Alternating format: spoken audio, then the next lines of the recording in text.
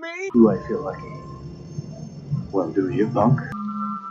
Good morning, Vietnam! I love the smell of napalm in the morning. You're gonna need a bigger boat.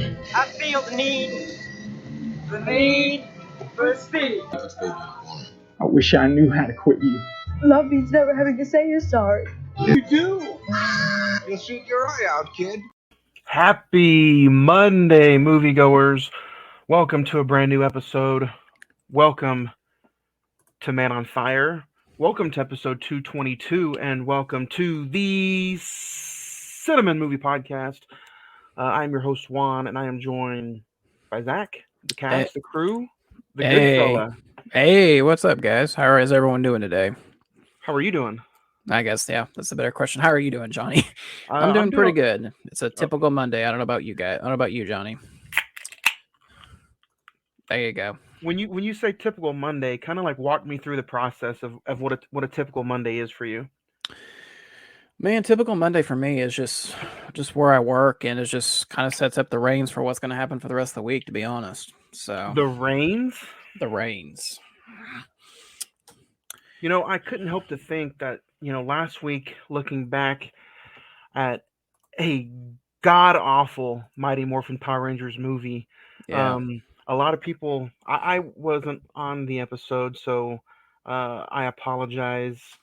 Life kind of shook me up a little bit, but you guys ended up getting through it. It was a great episode. If you guys have not listened to it, go back and listen to it wherever you listen to podcasts at. Anchor, Spotify, Podbean, iHeartRadio, Pandora, Amazon Music, TuneIn, Stitcher, the Prescribed Films Network. You guys can listen to it wherever you listen to podcasts at. You can also watch it live on demand anytime on this YouTube channel at Emasawa Productions. Great content coming out almost every day.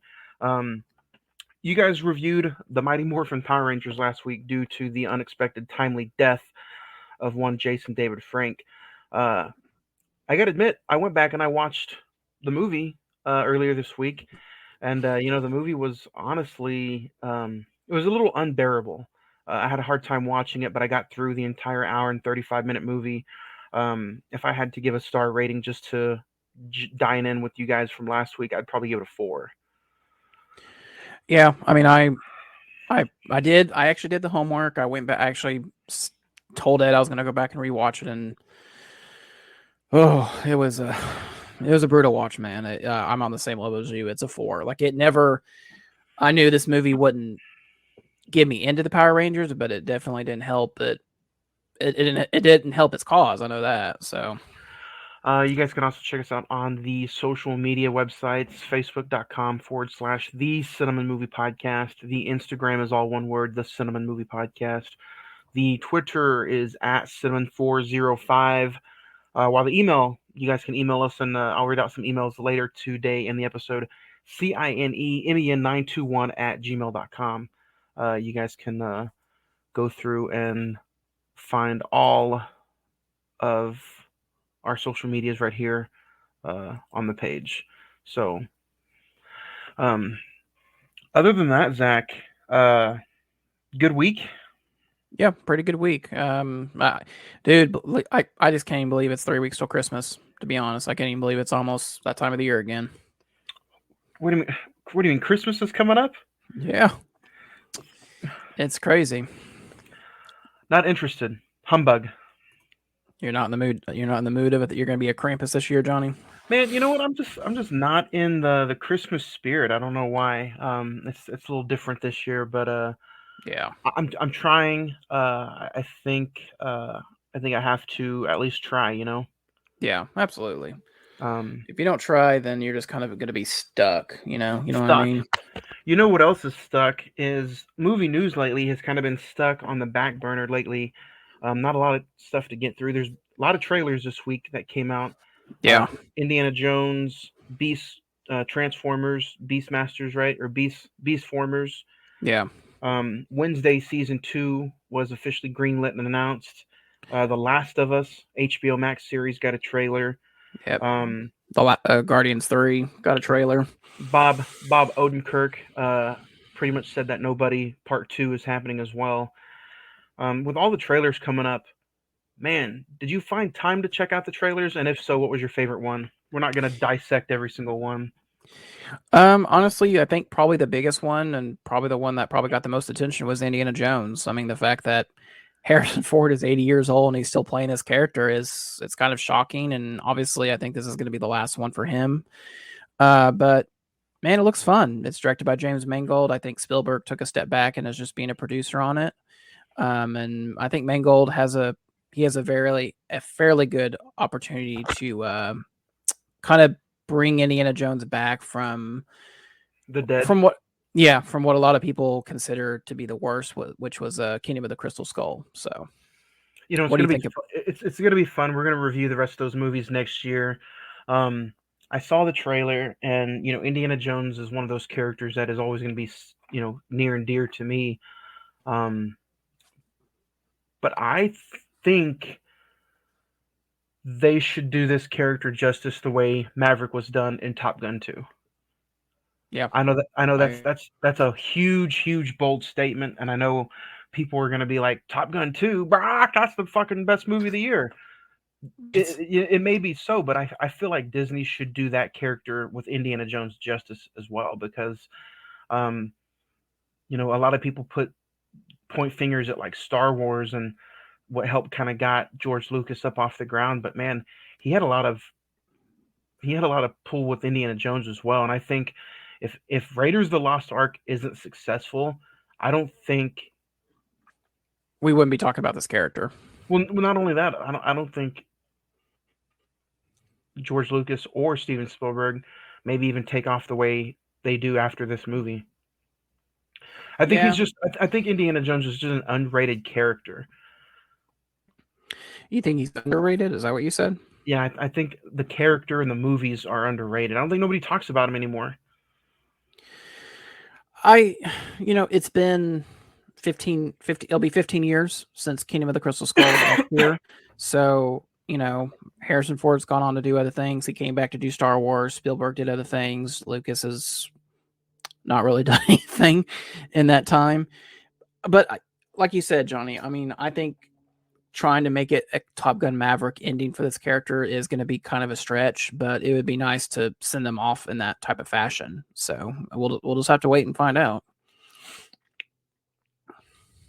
As far as the other trailers, I would probably say that was probably my favorite trailer as well. I'm not excited for Last of Us. I'm excited for Wednesday season 2. I'm not excited for Nobody. I thought the first movie was just okay. I mean, people were really hyping it up, and I just thought it was fine. It's a classic Zach. It's fine. Yeah. So I'm done with Transformers. Guardian looks kind of interesting. If this is the last one with all these characters, it They need to looks just kind of emotional. They need to just kill them off. Yeah. So, but that's I think that's going to be movie news for you this week. You didn't know? Sorry, that's an old segment of the show. I know. But let's get into some recent watches. I actually had quite a bit of time to watch more than what I usually am lately. I kind of went back to some of my old roots and just fucking binge watched as much as possible. I don't know if I didn't get to check it out or talk about it last week, but I watched Nope rewatch, The Manchurian Candidate with Denzel, Home Alone, Inside Man, rewatched Hell or High Water. I checked out Struts on Netflix, the Jonah Hill documentary. It was okay. Oh. It was okay. What is even that? It's about how it's pretty much about mental health and how he tried to fix himself and how he wanted to shed some limelight on his therapist that helped him out during some dark times. It's a very positive documentary, but I feel like it was forced, if that makes sense. You know how some documentaries are just all about capturing the what's that word I'm looking for? Organic. The human spirit. Or most documentaries are just organic when it comes to learning about something.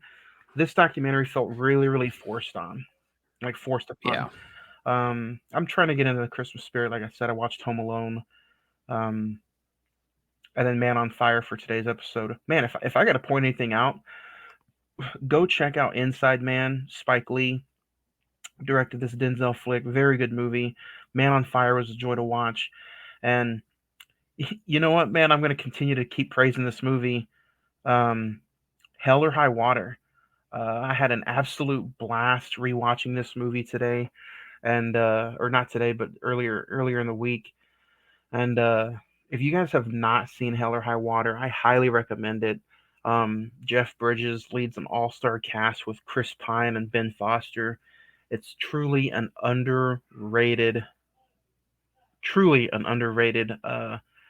bank robbery thriller kind of movie, and I highly recommend it. Um, so I also want to talk about Inside Man a little bit. Denzel Washington, you guys know we are doing our top 5+5 Denzel episode later this month. Inside Man was a fantastic rewatch as well. So I highly recommend that as well. Denzel Washington, Clive Owen, and Jodie Foster. So, Zach, what about you? What else did you check anything out this week? Yeah, I'm just trying to get caught. I'm just trying to stay ahead of the rest of the year. I watched the extended edition of Two Towers, which I talked about. I watched the theatrical last time on the show. Rewatched Titanic. 2 weeks from now, we're going to be talking about it on the actual 25th anniversary of the movie, which will be a fun conversation. And honestly, I think it's because of the new Disney Plus show that's coming out. I rewatched the National Treasure movies, National Treasure and National Treasure Book of Secrets. Those are really fun movies. I don't really understand why we haven't got a third one. They're fun, and you want to go on a treasure hunt after you're done. And a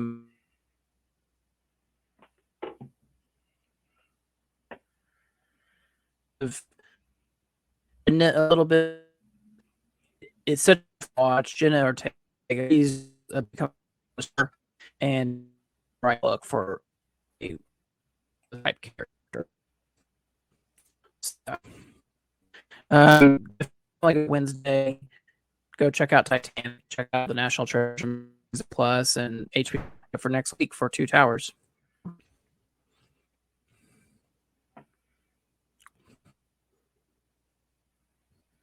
I have not yet checked out Two Towers yet. I'm kind of dreading that girthy watch. If you start today, you can just get through it an hour a day, and you'll be ready to go. Yeah, no problem, for sure. But Zach, you also have some truth facts about Man on Fire that you want to let us know about. Yeah, so most of the scenes between Denzel Washington and Christopher Walken were completely improvised. The production hired 70 local actors and 11,000 extras during more than 3 months of filming. Marlon Brando was the original choice to play Rayburn, who's Christopher Walken's character in the movie. And Tom Cruise, Robert De Niro, Will Smith, and Bruce Willis were all offered the role of Creasy. And those are the 4 things you didn't know about Man on Fire. Interesting. Man, how different this movie would have been if Marlon Brando was in it. It'd be crazy. It'd be a very different type film. Yeah, for sure.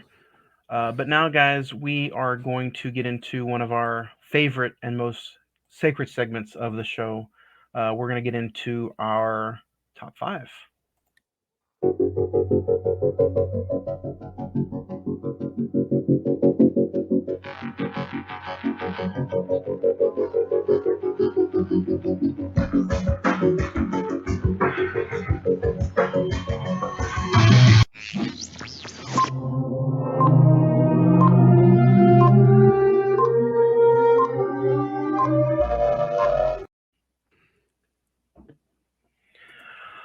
We are talking our top 5 Christopher Walken movies today for this episode.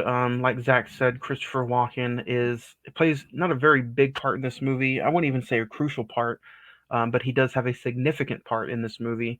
So if you guys want to play along, go ahead and send in your top 5 Christopher Walken movies at cinemen921@gmail.com. And we'll get through the top 5. Zach, do you have any honorable mentions before we get started?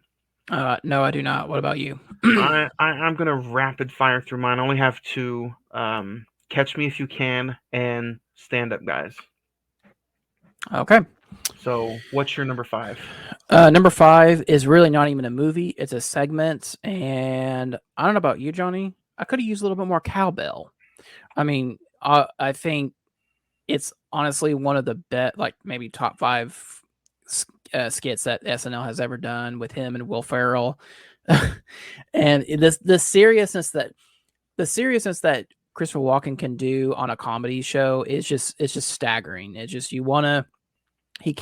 he really truly doesn't break character, and it's just so funny. It's just one of the best things they've ever done on SNL. So number 5 for me is the cowbell segment on SNL. And that's funny. Yeah, I'm really enthused that you brought up an SNL segment for a top for like one of his favorite movies or performances. That's good. I really enjoy that. Number 5 for me is going to be Batman Returns. As he plays Max Shrek in the movie, he plays one of the villains. Call it campy, call it cheesy. I adore Batman Returns, and I appreciate Christopher Walken in this movie. So, number 5 for me is Batman Returns, which we did do a whole episode on back in the day. Yeah. Zach, you laugh, but you just, I want you to know Batman Forever is right around the corner, so I wouldn't laugh too hard if I were you. Number 4 for you, sir. Number 4 is probably going to be a surprise to most people just because of just my I wouldn't say my dislike for this actor, but my background with the actor. Number 4 is Click. Number 4 is Click with Adam Sandler, where he plays the guy from Bed Bath and Beyond that basically gives him the remote to as he's able to pause, rewind. Like it's basically universal remote control for life. Really funny movie, and it's a like, very good by the end of the movie. It's showing that movie could have that depth and that do I spend time laid and morals on the right track? So number 4 is a Click. Click, man. I'm again, man. You're shocking me with these top 5 answers. I'm grateful for that number 4. Number 4 for me is going to be Sleepy Hollow. Christopher Walken plays the Headless Horseman, which is a very, very underrated, adored Tim Burton film. Johnny Depp, Christina Ricci, Christopher Walken. This movie's not scary, but it's very, very creepy and eerie, and it's a joy to watch when it's cold outside. I would love to one day review this movie with you guys. It's a movie that I don't think gets talked about nearly as much as it should. But Christopher Walken plays a creepy headless horseman, and that is my number 4 is Sleepy Hollow. Number 3 for you, Zach. Number 3 is the film we're talking about today, Man on Fire. So we'll get to that here in a little bit. Really? Yep. Number 3 for me is going to be 7 Psychopaths. Have you seen that? I have not. Really? I've heard good things about it, though. Sam Rockwell's on that, isn't he? He is. Yeah. Sam Rockwell, Colin Farrell, Woody Harrelson, and Christopher Walken plays Hans. Fun cast. If you like gangster or I guess gangster or kind of crime, drug dealing movies. 7 Psychopaths is funny. It's a crime comedy, so I recommend it. It's my number 3 favorite Christopher Walken movie. So, Zach, number 2 for you. Number 2 for me is going to be probably another surprise to most people. But truthfully, this one just comes from a childhood love for the film. Number 2 is Mouse Hunt with Nathan Lane and Lee Evans. And it's just a very Three Stooges slapstick type comedy where these two brothers basically try to hunt down a mouse in a really old, decrepit house. And Christopher Walken plays Caesar, this kind of kooky exterminator that takes his job way too seriously. And again, man, I mean, his comedic timing is just right on the mark, and his scenes are some of the standout moments in the movie. So number 2 is Mouse Hunt. Number 2 for me is going to be King of New York. Also starring Lawrence Fishburne and It's a fun movie, and I again, gangsters, drugs, undercover cops. Christopher Walken does really good in these roles. So number 2 for me is King of New York. Zach, man, what is your favorite all-time Christopher Walken movie role? Number 1 for me celebrated its 20th anniversary this year.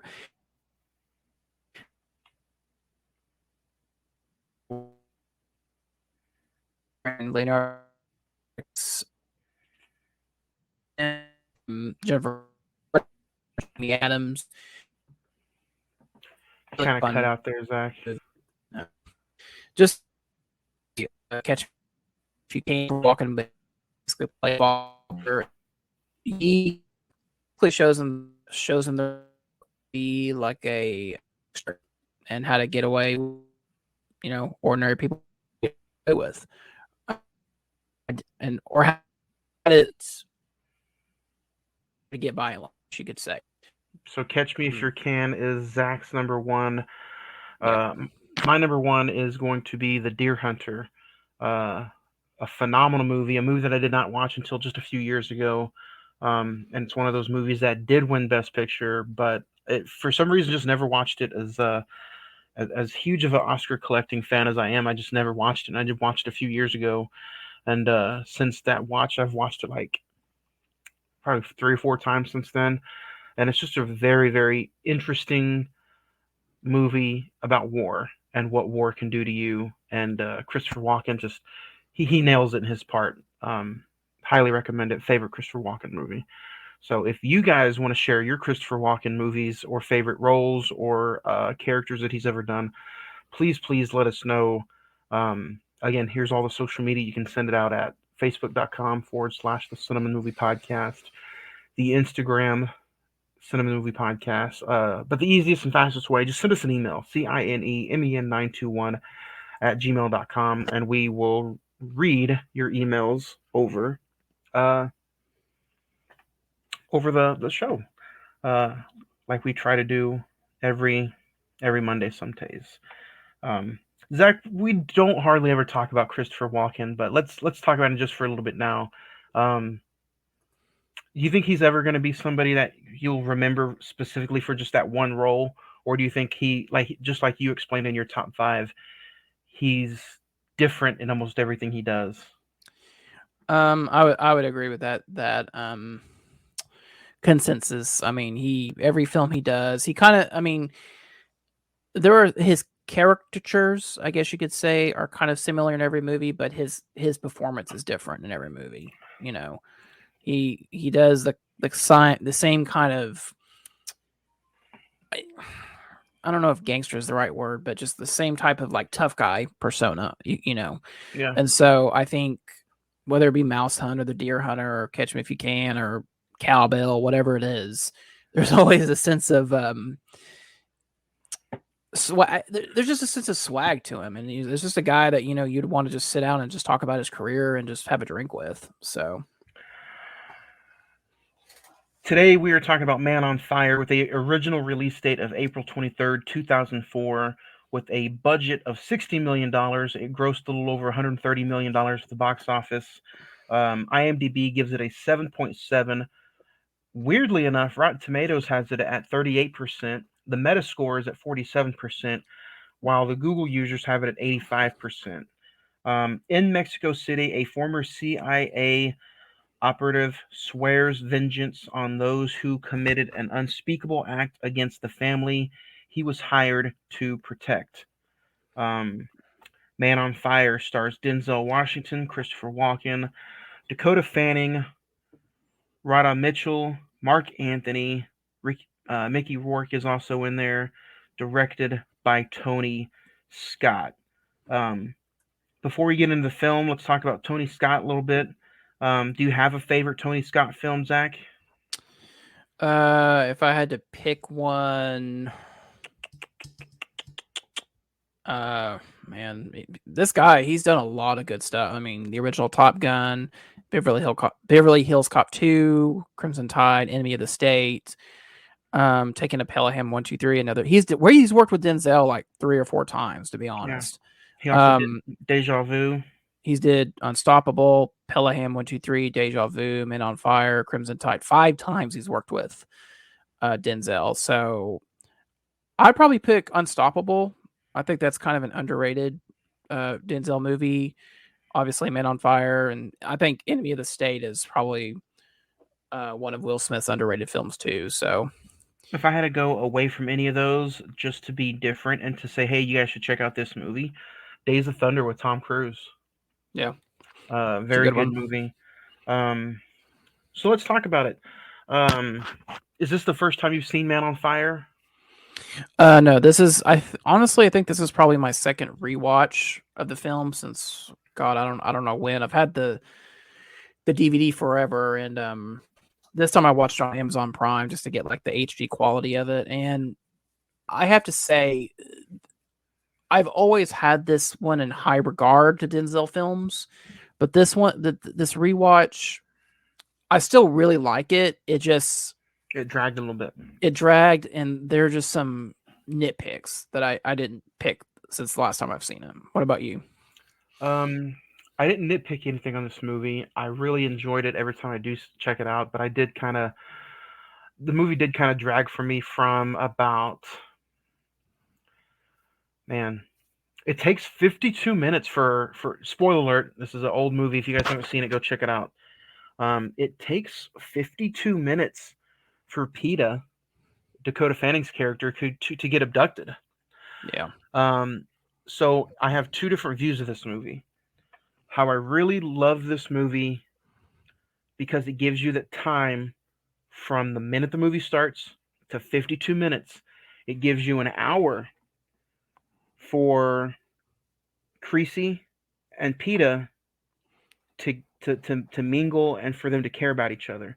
So the character development in this movie is extraordinary, as it's an action crime thriller movie. A lot of action crime thriller movies, they don't spend that much time on character development, and they don't spend that much time on making sure you get the backstory of them two feeling for each other. But in the second half of the movie, the last hour and 20 minutes, it kind of drags, especially when he's interrogating some of the key witnesses and the key people to the abduction. And I know for a lot of people, it's the opposite. A lot of people, they don't like how it takes, the first hour drags and the second hour it picks up really, really, really quickly. How do you feel? Zach's completely frozen, so I'm gonna keep it going. So Man on Fire, like I said, the first hour of the movie is completely getting ready to, you're meeting John, Denzel Washington, you're meeting Paul, which is played by Christopher Walken, and then you meet the Ramoses. You meet everybody played by, you meet the family in the first 20 minutes. The dad played by Mark Anthony. You meet the mom, Lisa, and then you meet PETA, played by Dakota Fanning. So Zach, we were just talking about meeting the family. Mm-hmm. What did you think of Mark Anthony as an actor in this movie? Mark Anthony, to me, is not the choice. No, he's not the choice.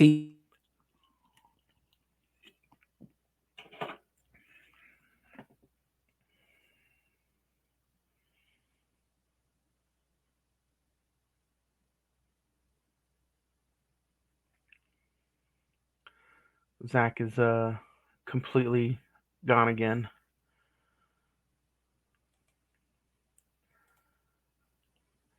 He is now a man on fire. Man without Wi-Fi is what we're calling Zach today. Sorry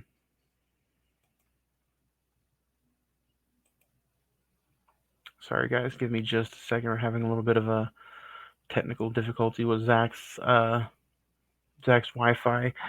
But no, I think this movie picks up really, really quickly. You also get to meet John Creasy, and when you do meet John, you automatically know that he has you're automatically subjected to, hey, he's got kind of a drinking problem. It flirts with the idea of him shooting himself in the head. It flirts with the idea of all different kinds of things with John throughout the movie, with his drinking and dealing with whatever kind of background and past he had, which it lets you know in the movie. Um, but he gives it straightforward to PETA. He's like, I'm not here to be your friend. I'm not here for you to get to know me. I'm here to protect you and to make my money to protect your family. Um, so he does whatever he can to let PETA know that, hey, I'm all business. I'm not here to be your best friend. Um, and he carries his Bible with him around, and he carries it with him to the room. And the mom, uh, Lisa, ends up pretty much pretty much says, hey, let me I borrowed your Bible if you don't mind. I'm going to Can you hear go me? ahead. I'm sorry, Yeah, guys. We're having technical difficulties over here. So, can you hear me okay though? yeah, I can hear you good. We can Okay. go. Yeah. What do you? Um, Were we talking about the family? Is that what's going on?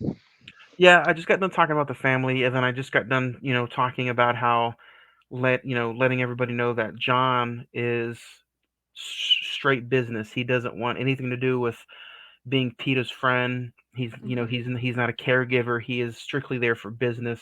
How the film starts out, and he is all about protecting her family.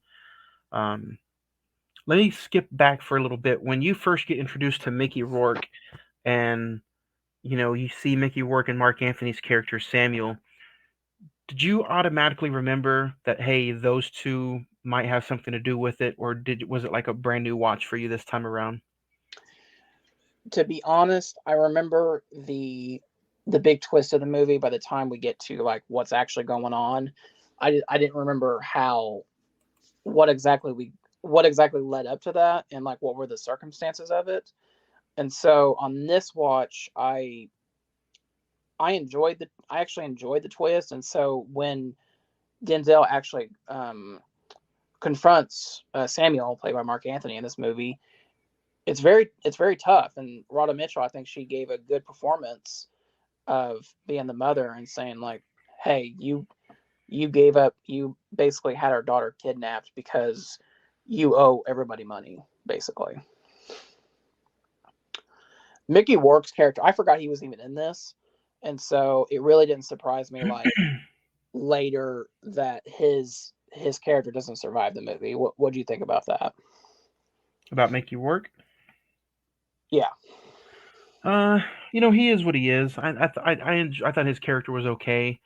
Um, if I had to nitpick anything, it would be the Mark Anthony character, and how later on in the movie, when he knew and had a lot of things to do with it, it just he didn't sell it for me, and I think that's a majority of the issue that I had. yeah, yeah. I would agree with that. Um, so like I said, it takes 52 minutes for her to get abducted. They finally start bonding at the end of the hour, the first hour. He teaches her some swimming instructions, and then you have the swim meet. Yeah, Um, the but you attack, could. the attack and the kidnap happens about 53 minutes. What did you think of the initial kidnapping? I I kind of thought that the whole sequence with the kidnapping itself. I'll just go ahead and say that one of my biggest gripes about this movie, I didn't realize it until this watch, was like the what I call the quick flashy montage. It got old. After 15 minutes, it's like, okay, we get it. We're trying to be like a gritty crime thriller, and it just to me it just kept going, and it really hindered my watching of the film. But the to answer your question, the sequence of the kidnapping I thought was well done, and it really set the stakes for what the later half of the movie is. Yeah, and this really has that first the early 2000s action crime like sequences, where there's a lot of parts like in the initial kidnapping, where she sees that John got shot, so Peter runs up to him, the dialogue is automatically cut off, and there's just music playing in the background. Yeah. There's a lot of scenes like that, especially when he's going through and trying to interrogate people, and doing his equalizer thing, which I got some equalizer vibes from this movie, which is fine. I really thoroughly enjoyed this watch. If I just had to change anything, it would be it would be Mark Anthony. I just did not enjoy him as the father at all. Yeah, Um, and I'll be honest with you, man.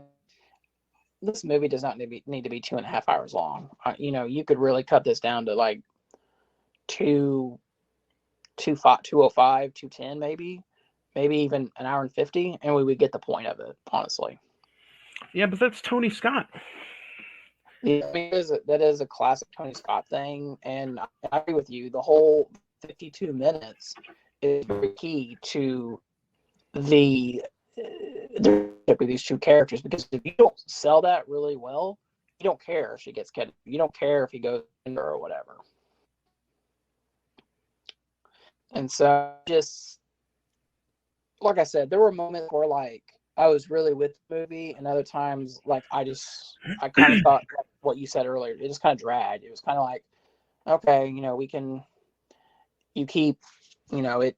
There are parts of it that I really enjoyed, and other parts that I was just like, okay, let's just move on. Yeah, I get that. Especially like, did you get the hint of this was based on a true story in real life people? When they one kidnapped 16, I thought that was real of it. I didn't think this was, or is it?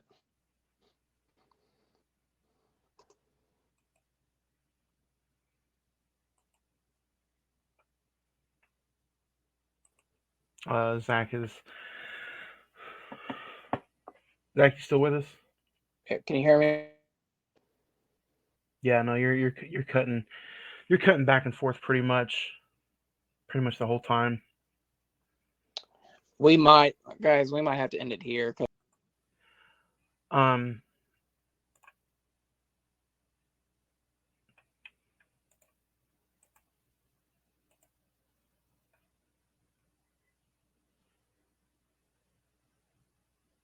but yeah, I think this movie, as far as it being just uh, a ransom movie, and I personally, one on one, can really enjoy ransom movies. Um, there's a ton of them out there, especially when it's got to do with the story like this one has. Um, I think Denzel brings the fire, no pun intended, and I enjoy his character straight from the get go. And I think he picks this movie up and he runs the whole way with it. And it kind of seems like it's been that way, Zach, with these conversations with these movies like The Hurricane, The Bone Collector, um, Man on Fire. There's certain movies that we've picked that we covered Denzel, and some people are like, hey, they're mediocre movies, but with Denzel, they're really entertaining films. Without Denzel, would they be trash? You know?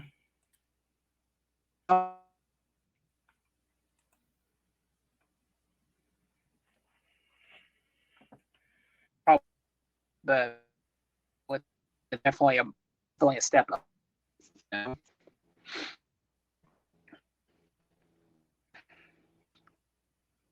Um,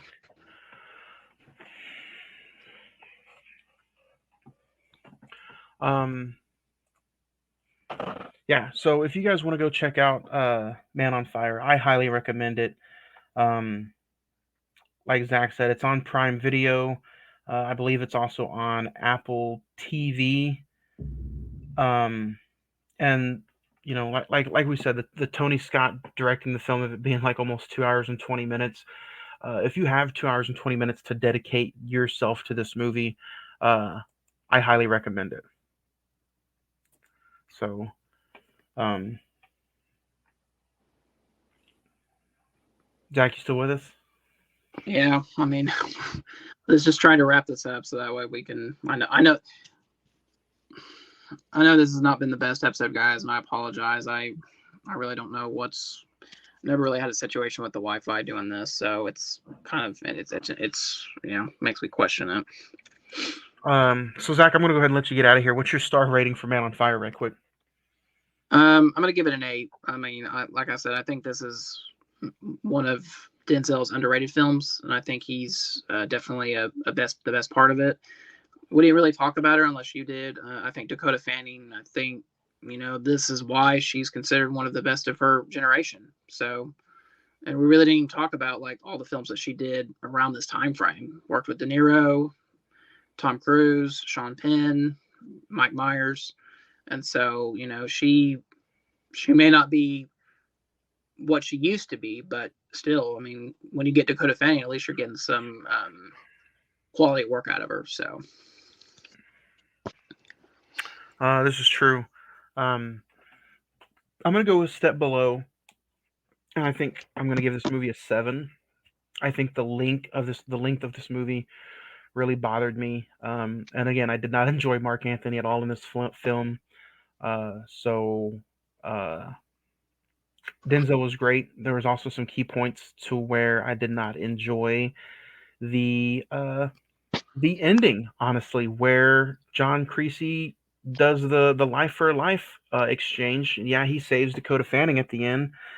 But I did not enjoy the switch, and I did not enjoy how he dies at the end. I thought it was a very I think it's cliche, kind of, because I it's mean, it was all.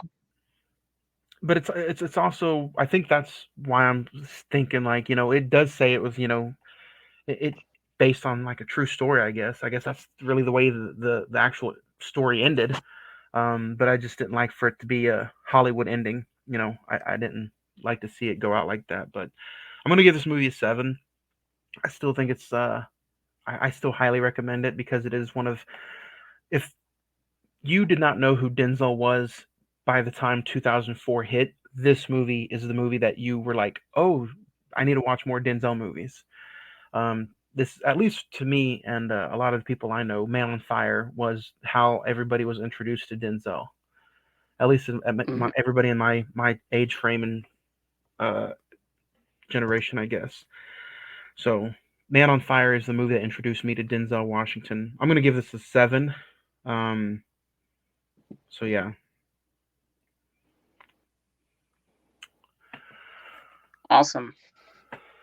And it's interesting because he had this and the Manchurian Candidate the same year, and then Inside Man was after that, and then Out of Time was before this. So he was kind of on a crime. crime Out of Time was a good movie. The Manchurian Candidate to me was very very slow. Oh Too my god. much, yeah, too much of a slow burn. I'm right around that 2005 2006 range, so I think I'm watching Deja Vu next. Yeah. Um, so yeah, Zach, before you go ahead and start freezing, I guess I'm gonna let you out of here. Let you go before I hit the email bag and finish up the episode, man. So, thank you for joining me today. Thank you. Yeah.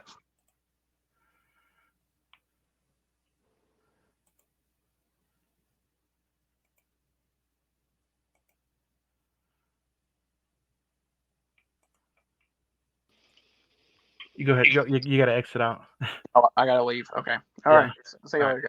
Thanks. So I'm gonna go ahead and read it and dig into the email bag, guys. Again, I'm so sorry for the way this episode is sounding and being all across the universe. No pun intended for the musical. It's a good musical, by the way.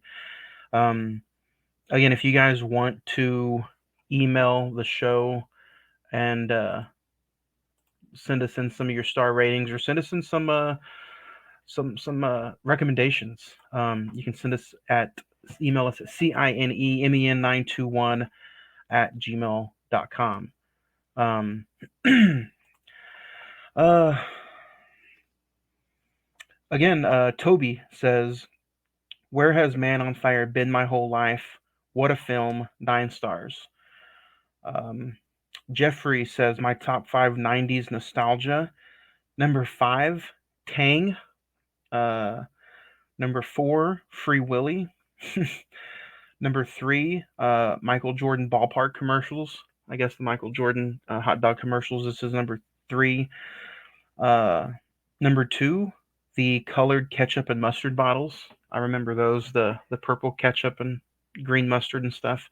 And his number 1 is going to be Nickelodeon bath slime. That's funny. Sam G69 says Power Rangers was a throwback, but what a god awful film. Reliving it in your 30s, I would give this 3 stars. I'm just being honest, not a very good film. Sarah97 says Man on Fire was such a good rewatch. I really can't wait for your Denzel episode now. Should be fun. Man on Fire gets 9 stars from Sarah. Steven says everyone hating on Mighty Morphin Power Rangers. It was pure fun for me, and I love the rewatch. 8 stars. Henry says, shout out to you guys for discussing Wednesday. Such a fun Netflix series. I can't wait for more episodes. 9 stars for Wednesday. Nicholas says, Man on Fire was not fire. Way too long. It dragged, and the ending was complete ass. 5 stars. Worst Denzel movie I've ever seen. Nicholas was not a fan of Man on Fire. Gabriel says, loved Man on Fire. First time watch, but hated the ending. Can't wait to hear y'all's thoughts. 8 stars. And then I'll wrap it up with Omar. Omar says, finally got around to seeing Black Panther in theaters. It was a worthy sequel, but not as good as I wanted it to be. Still gets a 7. So 7 stars for Black Panther. Other than that, guys, next week, I know this episode had to get cut short. Kind of by myself here. Zach's Wi-Fi was not working today. So I hope you guys enjoyed us talking about Man on Fire for a little bit. We had a top 5 discussion of our top 5 Christopher Walken movies. And next week, girthy episode, not really, girthy movie to watch. The Lord of the Rings, The Two Towers. Last year we reviewed the first one, as it was the 20th anniversary of The Fellowship of the Ring. This year, it's the 20th anniversary of The Two Towers. So next Monday, that's what we're going to be reviewing, The Lord of the Rings, The Two Towers. You can check this movie out on HBO Max. So go HBO Max it up and watch this movie, and join us next Monday as we talk Lord of the Rings, The Two Towers, right here on a brand new episode of the Cine-Men Movie Podcast. Everybody have a good week, and we'll talk movies again next week. Thank you.